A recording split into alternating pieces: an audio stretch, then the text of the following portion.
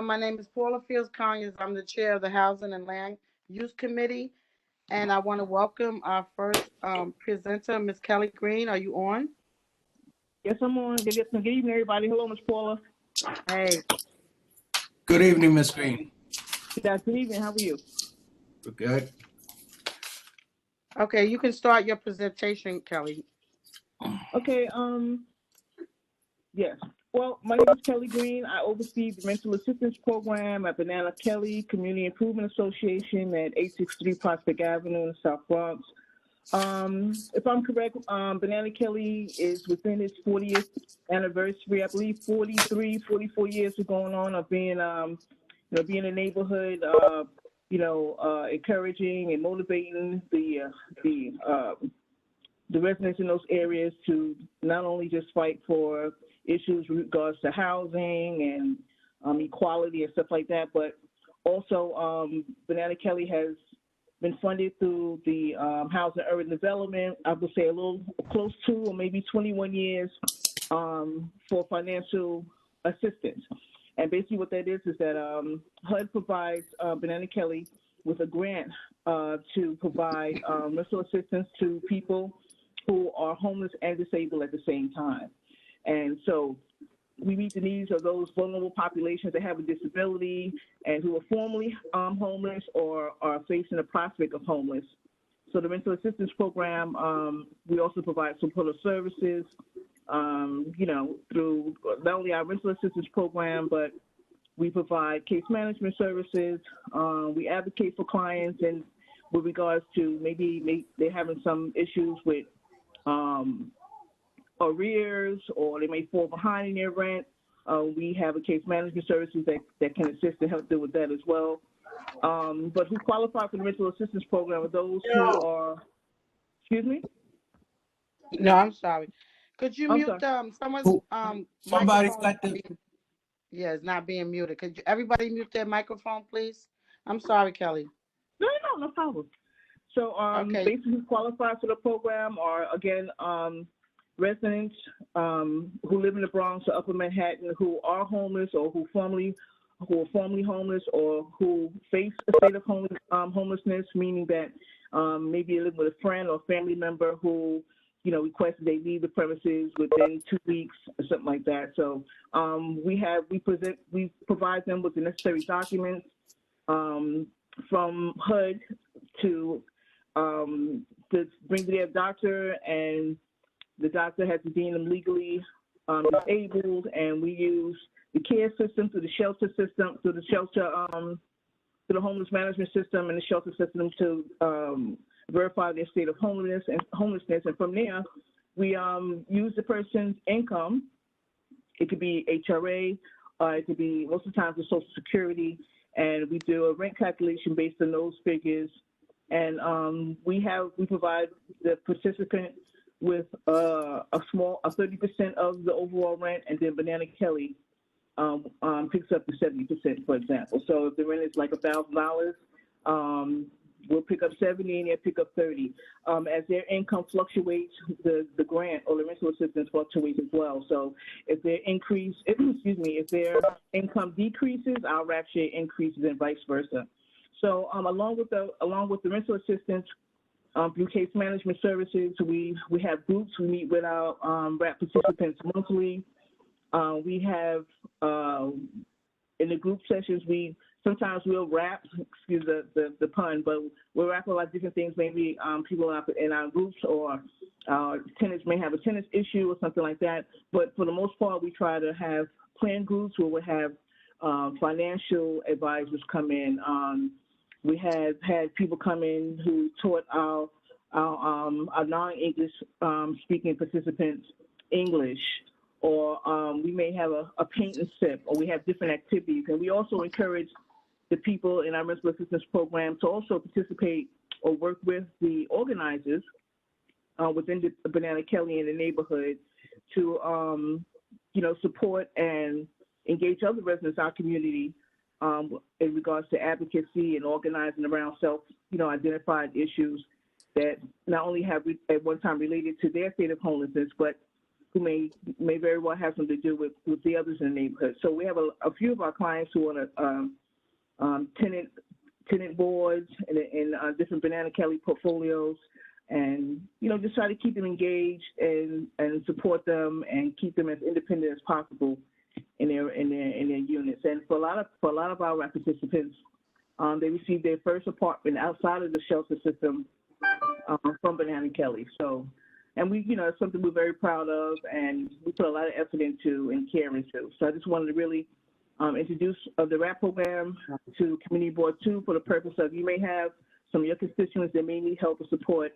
And so if you know about us, then we're here to help. And, if I can take any questions if anybody has any. I have a question. Sure. You said something about during the program where you help individuals who are homeless get an apartment, and usually the first apartment is with Banana Kelly. So how does that interfere with the waiting list for community members or anyone else that would need an apartment?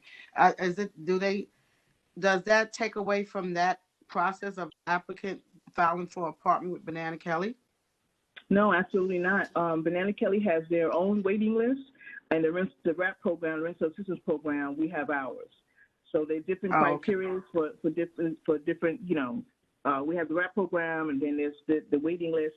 And a lot of times we use brokers. The RAP staff will find apartments as well outside of Banana Kelly portfolios to find housing for our RAP participants. Okay, thank you. And right now we have some people who are approved and qualified for RAP, who are in the RAP program actually, and they're out canvassing neighborhoods just like we are, just like the brokers we work with, looking for units as well. So, any other questions? Anyone else have a question? I have a question, Alexandra Guadalupe. My question to you is, what's the age group that you service? Like, what's the youngest age group? Because obviously, there's some young adults that might be homeless. So what's the age group? We haven't really focused on a specific age group, but primarily we look for those who are responsible enough to manage permanent housing. So while we provide case management services, this is not supportive housing in any sense of the word. This is definitely permanent housing. So I wouldn't say there's an age limit. I think the youngest person I've worked with in the RAP program has maybe been like 20, 21, 22, something like that. Okay. Thank you. You're welcome. Are any of your building, what's your component on seniors in your buildings? The ratio. I'm sorry, I can't answer that question. I don't. We would get in our rental assistance program. We have, I would say we have maybe 6, 7 seniors over the age of 65. All right. But we're unable to provide senior housing. So this is all about permanent housing. For those seniors who may have mobility issues, then we'll definitely put focus on finding or locating a unit that has an elevated building or is on the first floor. And that's about as much as we can do to try to, accommodate them in that sense, with regards to age.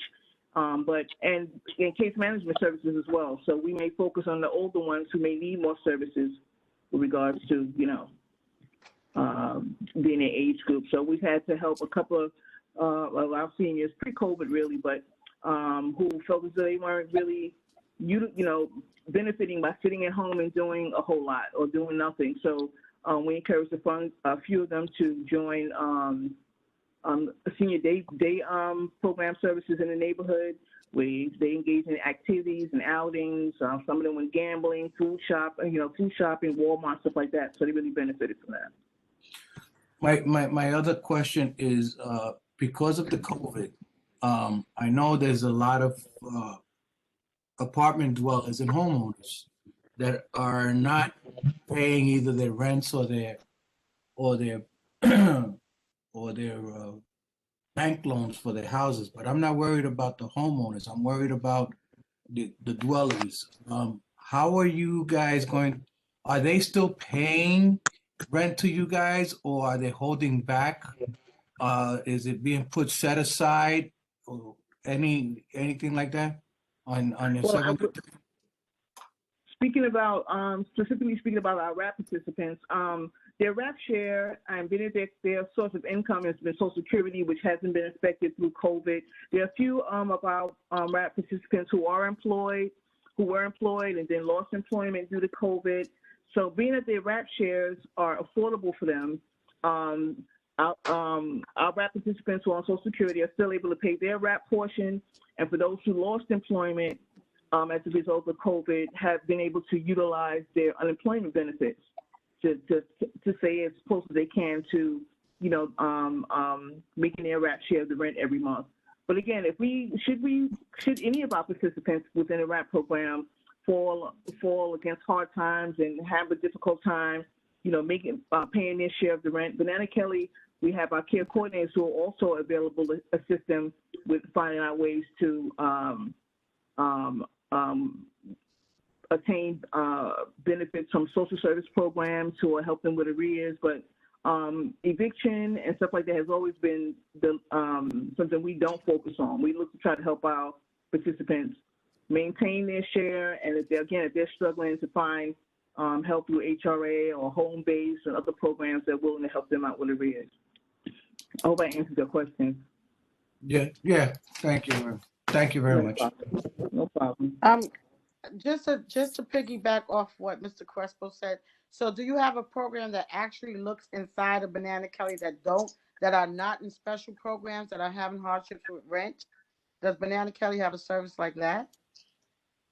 Yeah, we have our coordinators, our care coordinators who are working with outside of the rental program. We have tenants who are on Section 8, tenants who are dealing with have city vouchers and things like that. So I can't really speak for them. It would have been a good idea to have someone represent that portion of Banana Kelly.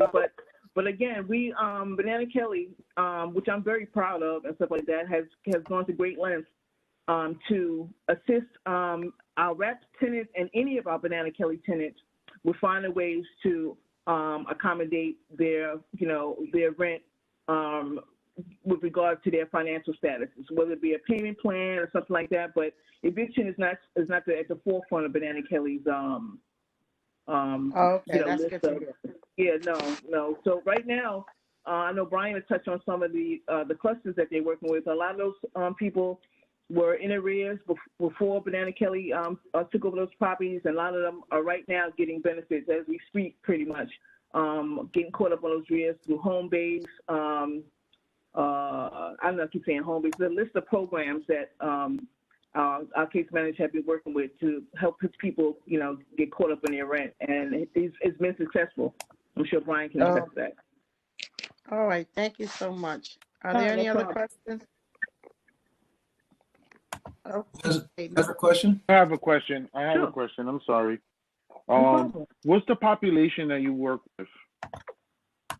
We work with anybody. You work with singles, couples, you work with families? Yes. The only criteria for the program is that a person or family or individual or family be homeless and disabled at the same time. Okay, so we have people yes, we have participants who are undocumented. Are you taking people from the shelter system? How do you get your referrals? From the shelter system. HUD says they can come from the shelter system. And then HUD defines homelessness. Homeless means that you visit an emergency shelter within the last maybe 21 days. You didn't even have to go to a shelter. You could have been sleeping in the staircase. You ride the subways. You've been on the floor. Yeah. So right, we just yeah. So how long? So you accept someone. You provide the subsidy. You help them fill out the forms to get the subsidy. I provide them with the forms. The forms I can't personally assist them with because in order to verify their state of homelessness, they have to go to HRA or maybe the last homeless shelter that they went to. And what we do is ask for a face sheet from CARES. Okay. Now, most shelters have that. Okay. They print out history, right? And then the medical documentation to prove that they're legally disabled. is done through their physician. Okay. So now, and then how long do you provide these aftercare services once they're housed? Oh, the services begin the moment they become qualified as RAP participants, and for as long as they're in the program. We've had people who have been in the program since 2006, 7, 4, you know. So you have case managers. Great, that's really good to hear. You have case managers that go do home visits? Oh, yeah, all of our case managers, include myself, do home visits. Okay. All right, cool. Thank you. We do home visits, and we do wellness calls. And during COVID, we're not really meeting with our Zoom group, but we're in the process within the next week or two to start our virtual Zoom groups. Okay. I want to say something. So after Banana Kelly presents, please stay on, because we actually have a presentation from Ms. Adams, and she is a good contact for you to get, because they assist with housing issues and trying to connect with home base as well with rent issues. I will. Thank you very much. Ms. Green, Yes, sir. I just, the only other question I have, if you have someone that is like bipolar, and they need an apartment, how are you taking those people in that category, or are you're referring them out to somewhere else? If they're bipolar, I mean, so you're asking if they have a mental health disability? Would we? Yes, ma'am. Okay. Well, if a person comes to my office and presents me with a 2010 voucher, what I mostly do is adhere to that voucher. So that voucher says that based on the 2010 voucher, that voucher says that this person is more qualified, is more suited by with supportive housing. Right. You know, maybe a program monitors meds and stuff like that. Again, we're permanent housing. So unfortunately, if a person comes with a 2010 voucher, then I wouldn't want to set a person up by putting them in permanent housing where they really would benefit more from a supportive housing environment. So I'll direct them in a direction of finding a program that may accommodate them with the supportive housing. Okay. Thank you very much. You're welcome. No Thank problem. you so much. A very informative presentation. No, And thank you. like it was active. We would appreciate if you stay on to the end of the meeting, which would not be too long from now. Yes, I will. Thank you for letting me present. I appreciate it. Okay. Paula, they have a second part. They have there's an actual letter that came in from OMB, the city of New York, regarding 941 Interval. Oh, Kelly, do you know anything about that? I'm sorry. Excuse me? Is there a presentation for 941 Intervale? Because we have it on the agenda. Right. I'm Brian. Hi. You on the call? I am here. My name is Brian Simon with Banana Kelly. I'm joined by, of course, colleague Kelly Green, but also with Sean McNamara, who's working on. So 941 is part of the cluster site phase. Cluster site. I guess the mayor is phasing out the cluster site, and we received 4 buildings in the first round, the first phase, and 941 is one of those buildings. I'm happy to provide any information. I'm not sure exactly what information you are requesting. I can go back to the history. Of course, you well know the history of the cluster sites. We took on 4 buildings in early 2019. These were buildings that were in the Podolsky portfolio that the city purchased from Podolsky.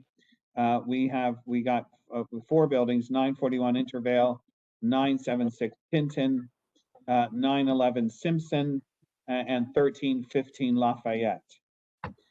We are in the process. Well, we had hoped. We got them in 2016. We had hoped to start the close on a construction loan, working through with HPD, of course, and community partners, CPC, community preservation.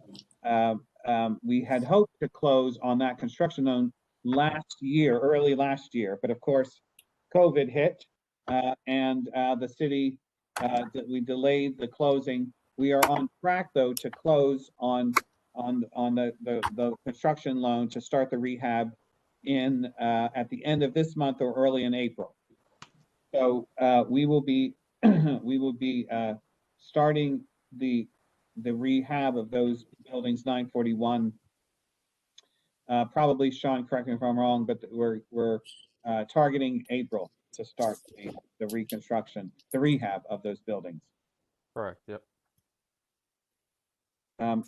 Is there? I mean, I could go on, but if you want to let me know, any more information.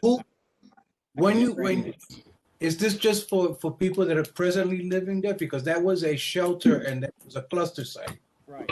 What's a cluster And I know that they closed it down. So the question is, who's going to be living there? Is it going to be just Banana Kelly residents being transferred there? Or is it going to go through the lottery process of HPD? Right. I'm not sure what you mean by closed down. When we received the buildings, it was fully 99% fully occupied. The city transferred formerly homeless shelter residents into the building before they transferred it to the Banana Kelly. So it was never shut down. We received them. We received the buildings with residents living there. When it caught fire, when that building caught fire, they removed everybody out of there. Aguila had it, and then it was transferred over to Acacia. Mm-hmm. And that's when I understood it to have been closed because the community didn't want to have this type of building in the area. And it was closed. But now you're telling me that it was full, practically when we received it. Correct. I can't talk with what happened. And you received it when? It was May 2019, April or May of 2019. So whose responsibility was it to inform the board that this was going to be transferred over and that they had homeless people living there? I think you probably have a better answer than I. No, I don't. That's why if I had the answer, I wouldn't be asking the question. It could be HPD. I would think the city mayor's office. So Ted, I know you're online. Did you guys notify us that this building, first of all, was being taken over by you guys, and then filling it up with homeless? This isn't something that I'm directly involved with, but my understanding was that there was notification of the buildings that were in the clusters, in the phases, to be purchased and transferred off. Ralph, you remember anything like that? Nothing specific was sent to me about any of buildings in our districts. So maybe Ted is describing something that's a citywide thing, but I wasn't made aware of any of the transitioning of clusters. But anytime we heard anything, it was word of mouth from residents. But that building, to my knowledge, was supposed to have been closed down. So the other day when we got the notice, that's the only notice that we got from OMB that this building was going to go be given to Banana Kelly, that was given to Banana Kelly, and that that funding was being made available for renovations. And so again, my question then, I guess you're answering my question, which is the people that are living there, they're going to stay there. That is correct. And so then the community doesn't get anything out of it.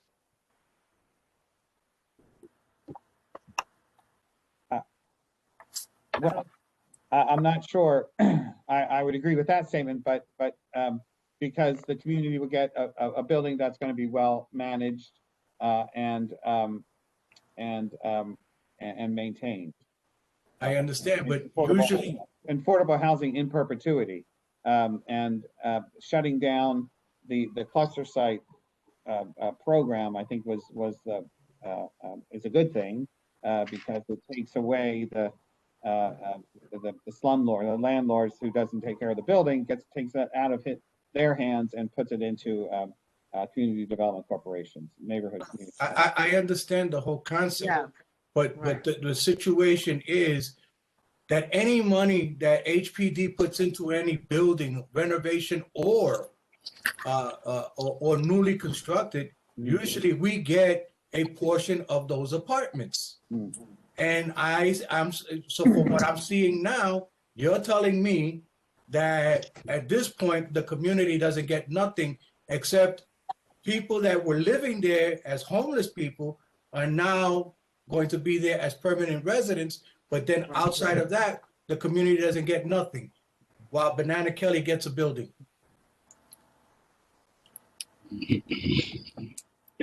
Well, I can't. I'm not here to debate that issue. I'm not debating. I'm just.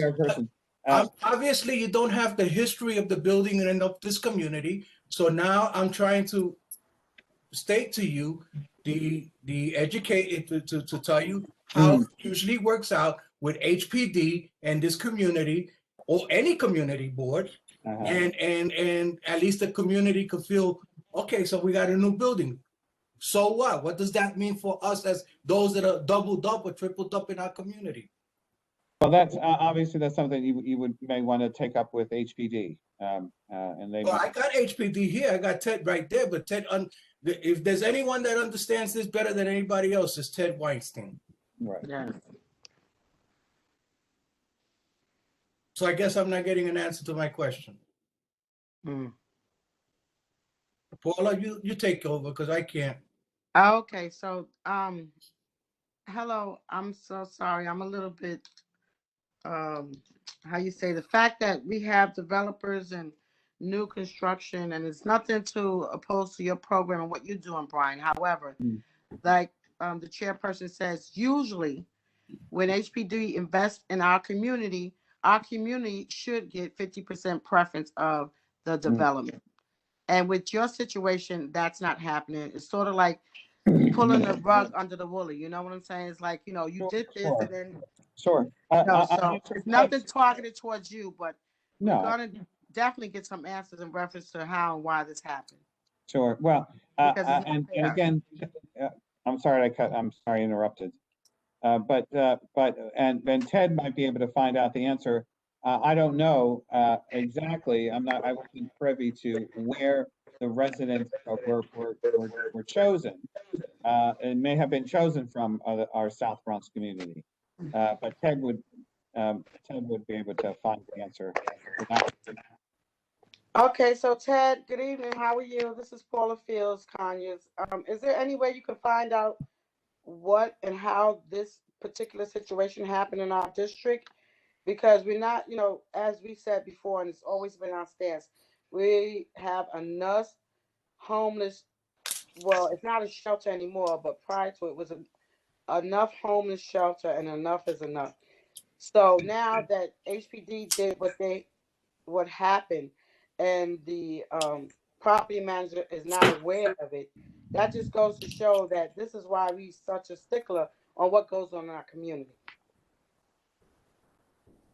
Are you there, Ted? He's on mute. Oh, okay. Okay.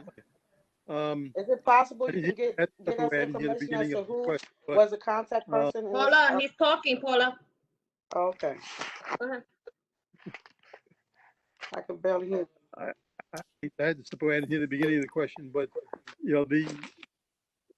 this isn't a new building. It's not a vacant building, and the cluster program, which again I don't deal with directly myself, but it's obviously something that was not very popular in a lot of communities.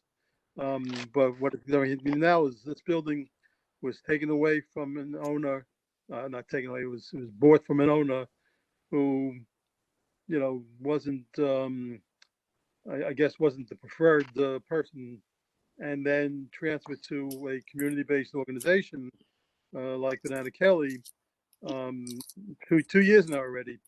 And it'll be renovated, and the people who live there will have permanent housing. So it's not introducing new formerly homeless people. You know, and that's the benefit to the community, is that it'll be a more attractive building when people who'll be able to live there as long as they like. Ted, it's me, Bobby. Yeah. Yeah. Ted, is this going to be the new practice of HPD in order to avoid this 50% 50%, the 50% that the community gets? Because that's, you know, this is the first time that this has happened. We always get something out of this, you know, and from what I'm hearing, we're getting nothing. I know you're saying you're not familiar with the program, or it's not under your portfolio, but you're the Bronx director, and I guess that you would be able to speak to people and say, listen, this can't happen this way, because the community board's going to be objecting to something like this, you know, or upset, because right now the word of mouth has gone all around. Oh, they're going to fix they're going to fix that building. They're going to do new apartments there. And guess who's getting the knocks on the door for apartments there? And that's what I'm trying to say, that it's not fair to this community. All right, but again, be assured that, as I always do, I will be reporting back to the program about what you've said tonight. But again, I'm just speaking as someone, you know, who's not involved. I'm not sure I understand what the problem is. It's not as if it's, again, a brand new building and no one from the community is going to be in.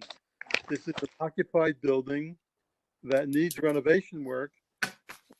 It will get that renovation work, and the people who are in there who were transitional will be permanent, and again, will be able to live there. They'll have rent stabilized leases. I'm not debating about the fact of who's living there now. Who's living there now? Let me just say it this way: it's not depriving the community of something when it doesn't exist. If it was vacant apartments, it was new apartments, then I can understand it. But they're not, and so therefore you can't. I don't know how you can say it's depriving the community of something that doesn't exist. I mean, okay, let me just put it this way. You got a piece of pie, right? It's your pie. You're saying this is for me. You got a person that says, you know what? I'm willing to share. I'm willing to pay you for some of that pie, you know? And you saying, no, I don't want to do that, you know? And so that's what I'm leading to, that I'm not arguing about the homeless. I'm not, and I want it clear and on the record, I'm not debating about homeless people getting permanent housing. I am not. I want it clear. I hope everybody understands that. But what I am saying is, regardless to whether it's new construction or renovation, HPD's policy has always been that a portion will always go to the community board. And so my question is, was the community board going to get a portion of these apartments? And obviously, what I'm being told by the gentleman is that no, they're not. And fine, that it helps the city with the homelessness, and I'm glad. Don't misunderstand, and I want to repeat it again. I don't have a problem with the homelessness.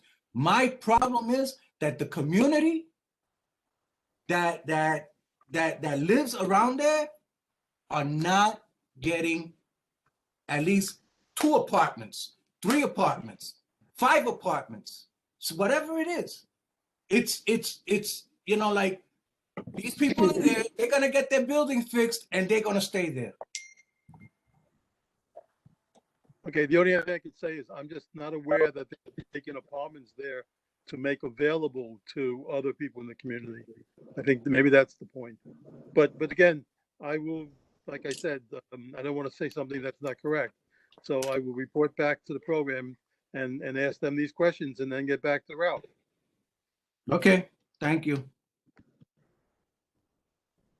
I just want to know, Brian, do you know how long it's going to take to rehab? Are you doing it by apartments or by floors? Like, can you just give us a timeline here? Sure, we're in, Sean can answer if I get this wrong, but we're doing it by lines. We're doing it 2 lines at a time. And it should take 18 to 24 months for the rehab.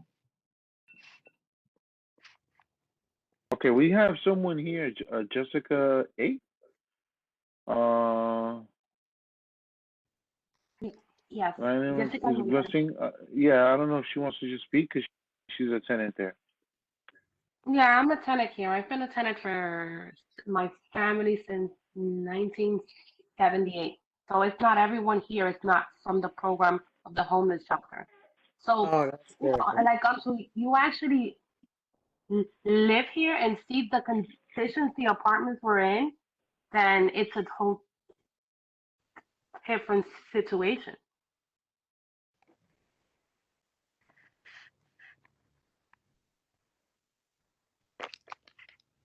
I'm sorry, I didn't hear that you sort of was like breaking up. I didn't hear the last part. She said that from when they started to now, it's a totally different situation. Oh, so there's still initial tenants that occupied the apartments. Are there Brian, how many tenants that originally were occupied before it became a cluster site? Do you know? I don't want to say anything that is incorrect, but what I can say is there are out of and this is the 4 buildings in total. Out of the 4 buildings, there are 154 units, and out of that, a third or more were residents that have been there for a long time, from my understanding. And it was also my understanding that when Podolsky owned these buildings, about 100 of the units were used for cluster site. Now, I could be wrong on those numbers, Okay. but when we received those buildings, there were permanent. There were no homeless. I mean, they were living there in the apartment. They've been living in these buildings for the past couple of years. And I think, as Jessica was mentioning, we have done our best. I mean, because these buildings were in rough shape, and we've done our best to stabilize the building and to stabilize it enough until we can get them totally renovated, which knock on wood is happening in April. Okay. Okay. Are there any other questions? I have a question. Okay. I have a question. These buildings, are they gonna have cameras? Oh, yes. Okay, just making sure. In fact, they have cameras now. Okay, are they linked to the 41st precinct? We have a very good relationship with the 41st precinct. Okay, thank you. I think what Maggie wants to know is the 41st precinct linked into your cameras? Not that you have a good relationship, but are they linked? Because our experience has been that when they have it linked to their system, they can automatically go into their system and see if there was a crime that was committed in that building. They don't need to go to the manager, to the director to get authorization. They already got the authorization written, and they can go into their own system and check and find out whatever happened. I don't know the particulars, but I will find out. Thank you. Thank you. I also have a question. you're closing in April, but are you starting the rehab in April? And if you're doing 2 lines at a time, is it 2 lines per building at a time? And where are you gonna relocate those tenants? Yeah. I'm going to ask my colleague Sean to hop in and to answer that question. Yeah, so it's 2 lines per building at a time. So it's a total of 4 lines going at once. We will be relocating tenants. The relocation units, we have 12 units from Banana Kelly's portfolio that we'll be using, and then we have 8 units that we secured, market units. And those units are, within, I think at most 1.5 miles from the building. So there are no current vacant apartments in none of the 4. Is it 4 buildings? Because I heard 4 addresses. So there's 4 buildings. Yes, I could speak to Tinton and Intervale just because I've been focused on those and trying to close those. There are, I believe there's 3 vacants amongst the 2 buildings, and I think we're confirming 2 additional vacants. So you're going to use those vacants as relocation apartments and just keep flopping people in and out until you do the rehab in those lines, I guess. Maybe. We're actually using 12 units outside of those 2 buildings within Banana Kelly's, within their greater portfolio, right. As well as those 8 market units. If we do have issues, that come up and a tenant does not want to move out of the building, then a special arrangement may be made to, relocate them to a vacant within the building. However, the current conditions of the units, we just feel that it's easier, and I think it would be more beneficial for the tenants, as as much of a pain it is to move. Just the current conditions in the building, I think it would be more comfortable to have them outside of the building during the construction, and then move them back into their brand new unit when it's now their brand new units are going to be gut rehabbed, or are they going to be just like brand new bathrooms, brand new kitchens, and then work around whatever's there? Gut rehab. So new floors, new sheetrock walls, new bathrooms, new kitchens. I think all new appliances. There is some floor joist replacement being done. So yeah, it's a full gut. Okay. Okay. And with the vacant apartments, you probably don't know this, but with the vacant apartments that you probably do have, who will be renting them after this rehab? Will those be going to, like what Robert was saying? Would they be going to HPD? Would they be going? We might have a shot with the community with those vacant apartments, or not? Oh, Sean, I'll take that one. We have a long list, extensive waiting list from folks in the neighborhood. So it will be we'll offer them to folks that are on our waiting list in the neighborhood. From our community, basically. From our community. Okay.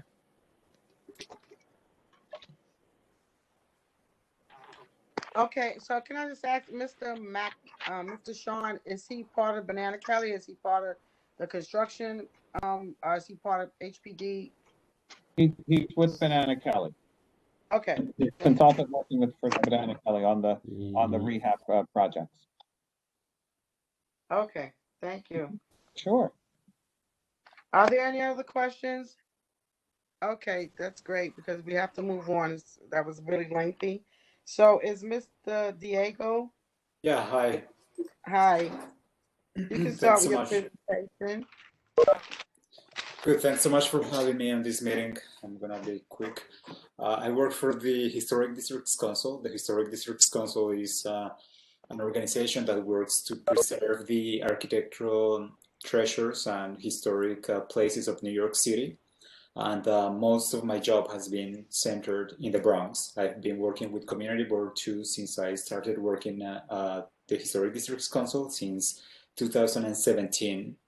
And in 2019, we did one of our Six to Celebrate neighborhoods. Six to Celebrate is one of our programs where we chose different neighborhoods and we help them achieve their preservation goals through educational activities or walking tours. And in 2019, Community Board 2 was one of our Six to Celebrate groups. So I just wanted to give a few updates on what we've been up to on this program with Community Board 2. In early 2019, we did 2 walking tours in the South Bronx with a walking tour guide called Angel Hernandez. We met at the point and we invited people from the community. We wanted to have specifically locals for these walking tours. And we had a very wonderful attendance. We walked around the different historic landmarks of Community Board 2. And through this program, we're also going to be doing a walking tour guide, which is going to feature the different historic landmarks of Community Board 2. Due to COVID, this has been a little bit delayed, but we're hoping to have that finished by the end of this year. And usually these walking tour booklets, we have them in Spanish and English. So that's going to be really wonderful. I also wanted to talk about another initiative that we started in the Bronx last year, which is the Bronxboro Landmarks Committee. This is a group of Bronx residents from all neighborhoods, and we meet once a month to discuss preservation-related activities, ideas, projects. And we've been inviting people who are passionate about the history of their neighborhoods and who are willing to share their knowledge with different residents across the Bronx. For one of those meetings, we had Elena Martinez and Bobby Sanabria, who talked about different places that were relevant to Latin music. Some of those places were located in Community Board 2, and people really enjoyed that talk. And for our last meeting, we had Nicer, who is, as you may know, member of Tad's crew. And Nicer talked about the different murals that they've done in the Bronx. And something that I really wanted to share with this committee is that when he was asked which of his murals is his favorite one and the one that he thinks deserves more historic acknowledgement and preservation, he mentioned the mural on Simpson Street and Westchester Avenue, the I Love the Bronx mural. And he talked about the inspiration for that mural. He said that that mural shows different places in the Bronx and some specific historic events of the Bronx. And that's why he thinks it's a very important mural for the community and for the legacy of Tad's crew. And I know that that specific mural is very controversial because it's very popular amongst tourists who only come to that community board, to that district, just to see that mural, and they don't interact with people, which I think is very disrespectful. But when I heard about Nicer talking about his ideas and inspiration for that mural, I thought that that mural is worth preserving and promoting. And I know that there is proposed development for that area. So one of the reasons why I wanted to present for this before this committee is to encourage you to talk to the developers and ask them to preserve that mural, which is very important and relevant for the community. Madam Chair, if I could just have a point of reference. Yes. I just want everyone to know that Diego's been working with us very well for maybe the past 2 or 3 years. Since he was with Dondi, Roland, Yes. Maria, he's been all over our district and he's an asset to us. And when he asked me to just make a presentation about this, I said, it won't hurt to talk about it, but I see the significance behind it. I just want to thank Diego. And I think Paul Martinez has his hand up also. I don't know if that was from prior, but if Paul maybe has a question. That was from prior. That's prior. Okay, so I have a question, Mr. Diego. How do you think that would be able to work if it's as of right property for a developer? How do you think that we could come to some point or agreement to preserve that mural? So in the past, there's been some cases where developers listen to the community and their needs and the important aspects of their history, and they decide to preserve some of those aspects of their history. So yeah, I know that as of right, they can do whatever they want with that. But if they're open to, listening to the significance of that mural, I think it would be a wonderful thing to do, to tell them about what that mural means for the community and what the creators of that mural think about that mural. Yeah. Okay. Okay, are there any questions amongst anyone on the Zoom? I mean, on the WebEx? Are there any questions? Okay. Not hearing any. We will thank you so much for that presentation. Thank you. I'm going to leave my email. Please feel free to email me if you have any questions about our programs. Our next meeting is going to be on March 16, Wednesday, 6 p.m. And we're going to have Peter Stant, who is someone who worked for Nos Quedamos. He's going to be talking about how, from a developer standpoint, they can preserve the history and identity of a community. So if you're interested, please email me. Diego, so can you send us a flyer for that and I can send it to everyone here? Oh yeah, absolutely. I'll do that. Yeah. Thank you. Thank you. Thank you. Okay, thank you so much. Now moving on to item 3. Is Miss Anna here, Cynthia? Did she come? Here. Okay. Hi. Miss, where is she? I just saw her. Miss Adams. Adams. I know I'm pronouncing it wrong. Hello. Hi, how are you? Hi, how are you? My name is Epifania Adames. I am the community coordinator for Neighborhood Association for Intercultural Affairs, NICA. How is everybody doing? Good. Good, thank you. For having me in this event tonight. I am here to speak about our organization and our services. So NICA is short for Neighborhood Association for Intercultural Affairs. We are a non-for-profit organization that has been providing housing intervention and services since 1970. My doctor. That was my doctor. I have to call. Hold on, I hear you, Danielle. I hear you. Sorry, baby. I'm sorry, Miss Adams. Oh, it's okay. We provide services to over 2,000 families, and we received at least 110 an average phone calls on our hotline from individuals and families looking for housing intervention. Give me 1 second. Okay. Since 2017, NICA has been a part of the Universal Access to Counsel initiative passed by New York City.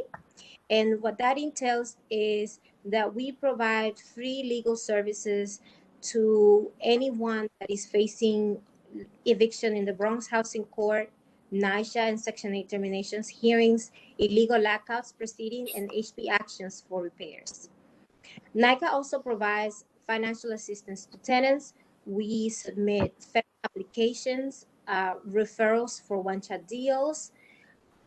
We also help with our own preventions program, and we apply for other charitable organizations such as home-based pads, Coalition for the Homeless.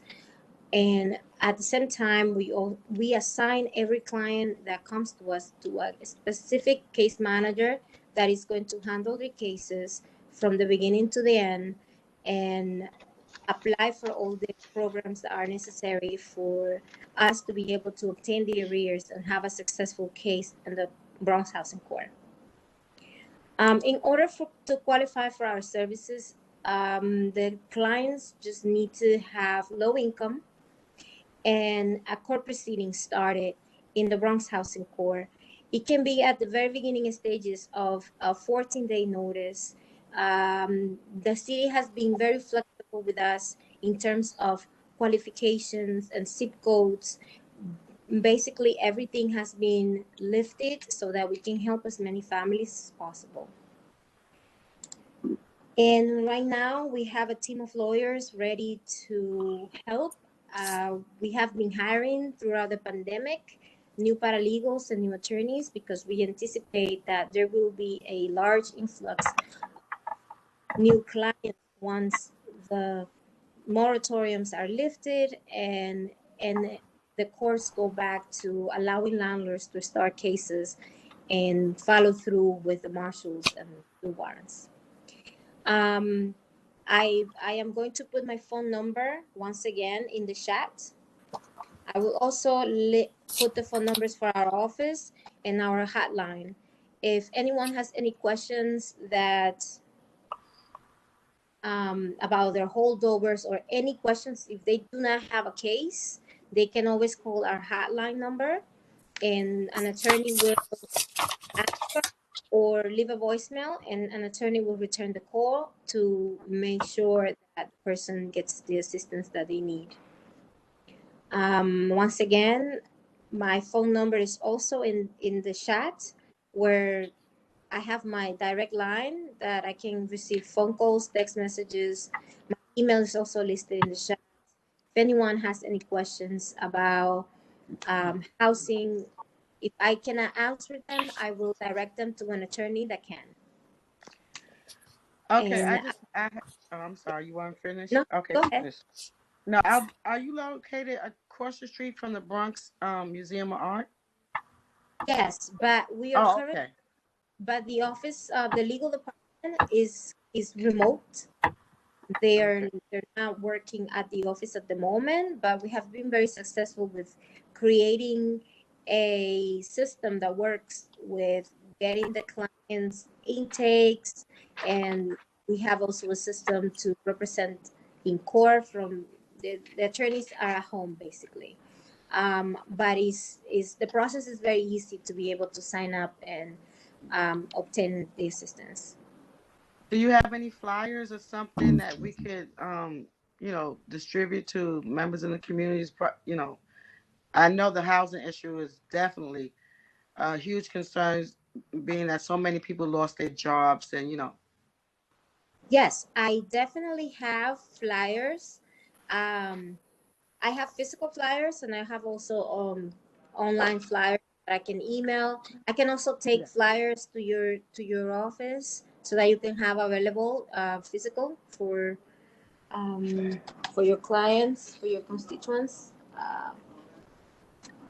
Okay, so if you could just email one to Cynthia for the community board, I would greatly appreciate it. Does anyone have any questions? No questions? Can you put Cynthia's email on the chat so that I can confirm that I have it? I email you. I email you from BRXCB2 all the time. Okay, perfect. Then we'll definitely find you. So I'll email you after the meeting, and I'll just get the information from you. Perfect. Thank you so much, Cynthia. Okay, so for everyone here, I'll email everything that's on the chat. I'll email it out to everyone that's present today, so that way you have all of the information that was in the chat as well. Okay, thank you. Thank you. Thank you. Any questions? I'm going to be here until the end of the meeting to answer any questions that anyone may have. Thank you so much. No problem. Thank you for having me. You're welcome. Okay, now we're moving on to new business. What is that? It's an applicant notice from NYC Landmarks Preservation Committee regarding the following. The address is These are just notifications that we received so that whenever there's a landmark preservation, that there's any renovations that are being done to the exterior, it has to go through the landmark preservation. So these are just the ones that we received. We just want to make sure everyone's aware of it.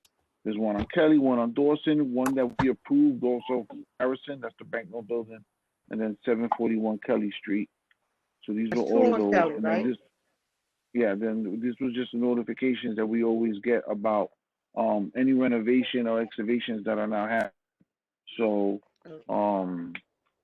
they're all in the guidelines, so they got to get the proper requirement is to notify the community board.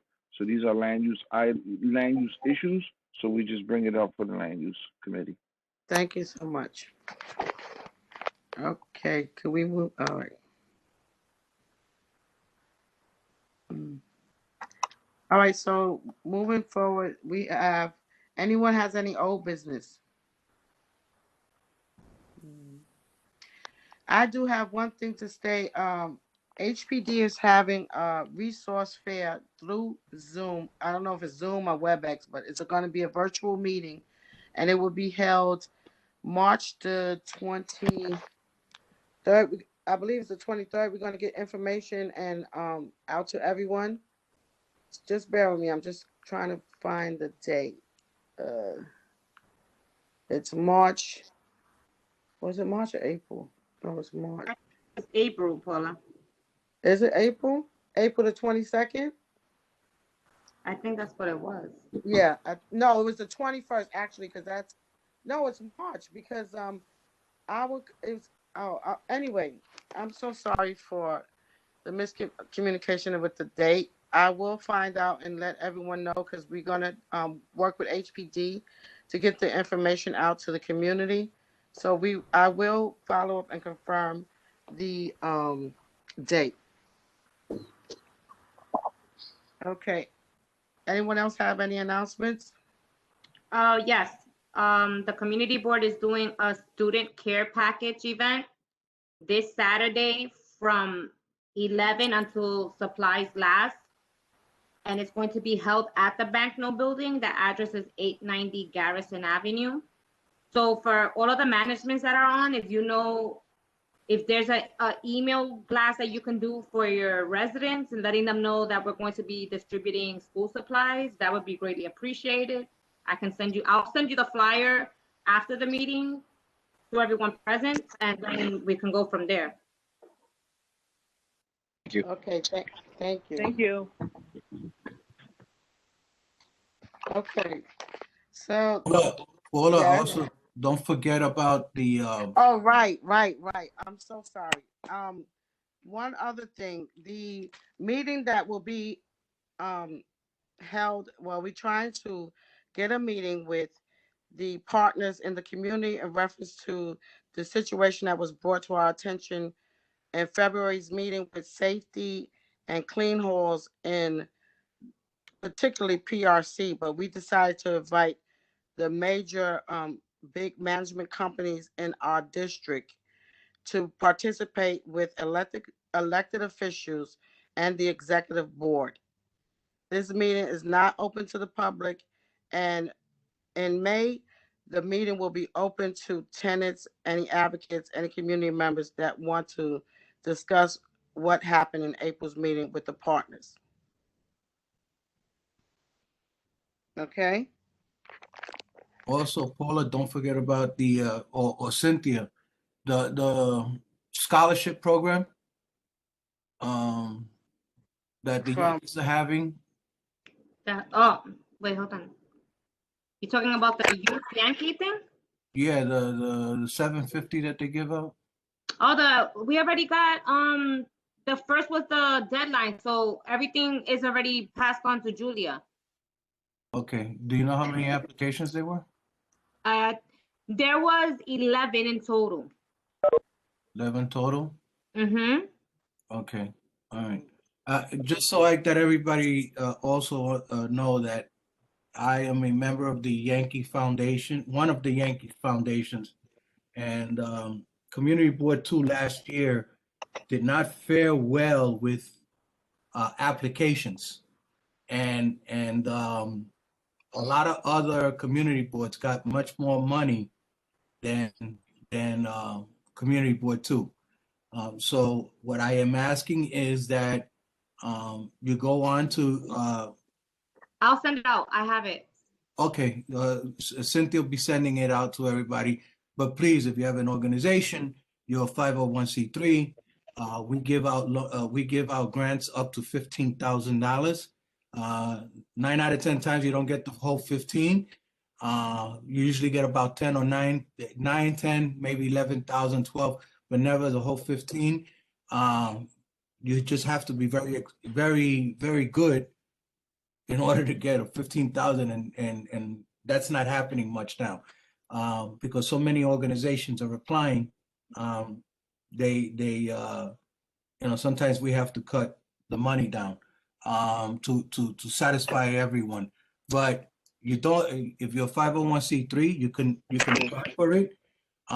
If you're a tenant association or a block association, you can apply to get Yankee tickets. I don't know how it's going to be worked out this year because they're still trying to figure out. Major League Baseball is still trying to figure out because of the COVID situation. They're still trying to figure out what they're going to do. And so we still don't know what they're going to do with that. But you should still put in the application just in case they open up the gates to everybody. If you got a little league, please apply. Little leagues just have to be incorporated and have a letter from a little league organization, and you can get up to $1,500 for equipment or uniforms or whatever it is you need. So just letting everybody know. Let me piggyback off what you're saying. For the management here, when I sent out that form, you guys can send it to your tenant association and they can fill out. They don't have to be a 501c3 to receive tickets to the game. So they could be a tenant association. Right. Cynthia. Yes. May I say something? I think one of the problems we have is that we have two applications that's going out for the Yankees. One is solely a scholarship that's given to our young people, our students in the community. And I think that our chairman might see if we can get an extension on that, because 11 applications is not a very good turnout, just to be honest with you guys. And the other application is more or less to the nonprofit organizations and the businesses in the community. So we got two separate applications being funded and going through two different organizations that represent the New York Yankees. Larry, you're correct on that, and I thought, they had, from what I had understood, was that the scholarship program was pushed back a little because, again, their full board, the Yankee board, still did not know how they were going to deal with the grants. But I can always try and call Amanda. I know that Cynthia has her number too, and I got Brian Smith's number, and maybe I could talk to him and see what we can do as it pertains to what you just stated, because you're right. 11 applications is a tremendous big insult to this community when you know that there's thousands of kids that can use Let me that just money. jump on. It's because of COVID, there was not much that the children could do because there was not enough. There was a lot of restrictions this year. So 11 is a lot for the kids. They were not able to go into nursing homes. They were not able to go read.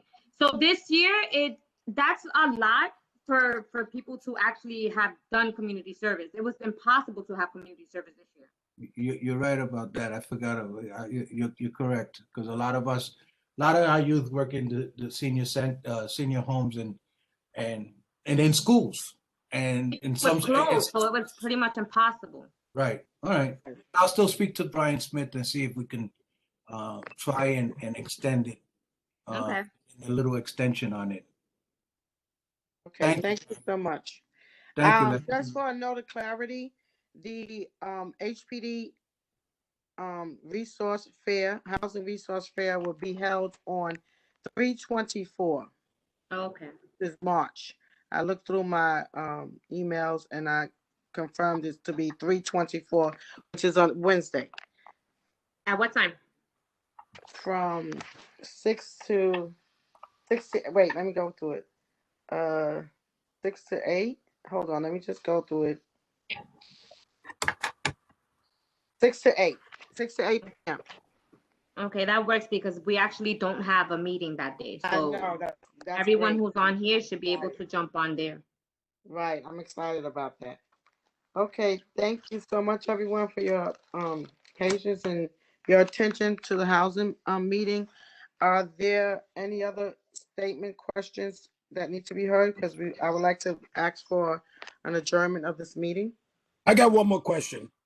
Yes. I would like to know, how can we assist our tenants in learning how to go online and use NYC Housing Connect? They all complain that they don't understand it, they don't know how to use it. Can you guys have a temporary seminar where you can show them how to go on the computer, especially our seniors? I'm just asking. Yeah, no. Actually, we were trying to find a way on how to do it. It's Meanie. She was interested because, as you know, all the developers that do something in our district agreed to the stipulation of doing the 3-day workshop. And because of COVID, it's sort of hard to see how we're going to connect it, Larry. But It's very hard. Yeah, we're working on something to try to do it virtually, which too also would be hard for people. However, with because of COVID, it's not really too much we can do. But we are working on trying to work on some dates for that workshop. So I'll let you know. Okay, you're welcome. So can someone please adjourn? Ted left? Oh, Ted, we can also ask HPD to see if they, offer workshops like that. Theirs will probably be more citywide, or they'll probably be a virtual. But I'll follow up with that. Thank you so much.